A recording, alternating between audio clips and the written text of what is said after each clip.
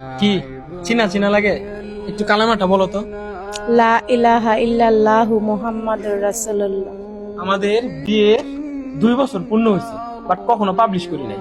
আমি মুসলমান, উনি অন্য ধর্মের।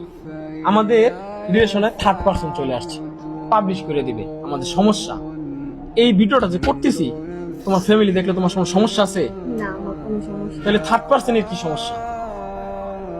এখন এটা যদি আমি পাবলিশ করি, ওর ফ্যামিলিরে দেখাবি, আমার ফ্যামিলির দেখাবি, দেখবো কি শিখতে পারিস তুই।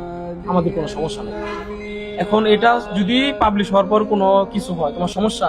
না, আমার কোনো সমস্যা উনি অন্য ধর্মের দেখে আমি ওনারা হারাতে চাই না। তুই এইটা দিয়া অনেক টাকা ইনকাম কর, যা। এবার খুশি?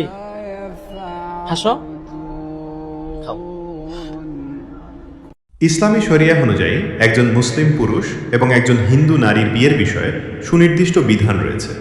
বিষয়টি নিচে সংক্ষেপে আলোচনা করা হলো। ইসলামী শরিয়াহ অনুযায়ী একজন মুসলিম পুরুষ এবং একজন হিন্দু নারীর বিয়ের বিষয়ে সুনির্দিষ্ট বিধান রয়েছে। বিষয়টি নিচে সংক্ষেপে আলোচনা করা হলো। ইসলামী বিধান ও বিবাহ। ইসলামী আইন অনুসারে একজন মুসলিম পুরুষ কেবল মুসলিম নারী অথবা আহলে কিতাব অর্থাৎ আসমানি কিতাব প্রাপ্ত যেমন খ্রিস্টান বা ইহুদি নারীকে বিয়ে করতে পারে। হিন্দু ধর্মাবলম্বীরা আহলে কিতাবের অন্তর্ভুক্ত নন, তাই ইসলামী শরিয়াহ অনুযায়ী কোনো হিন্দু নারীকে পরিবর্তন বা ধর্মান্তর ছাড়া সরাসরি বিয়ে করা বৈধ নয়। পবিত্র কুরআনে বলা হয়েছে, তোমরা মুশরিক অংশীবাদী নারীদের বিয়ে করো না যতক্ষণ না তারা ঈমান আনে। সূরা বাকারা আয়াত 221।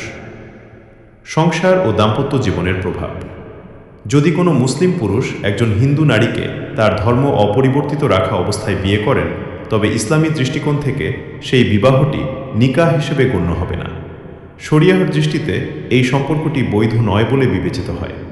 এমত অবস্থায় সন্তান সন্ততি, এই সম্পর্কের ফলে জন্ম নেওয়া সন্তানদের বংশপরিচয় নিয়ে আইনি জটিলতা না থাকলেও ধর্মীয়ভাবে তারা বৈধ বলে গণ্য হয় না। উত্তরাধিকার।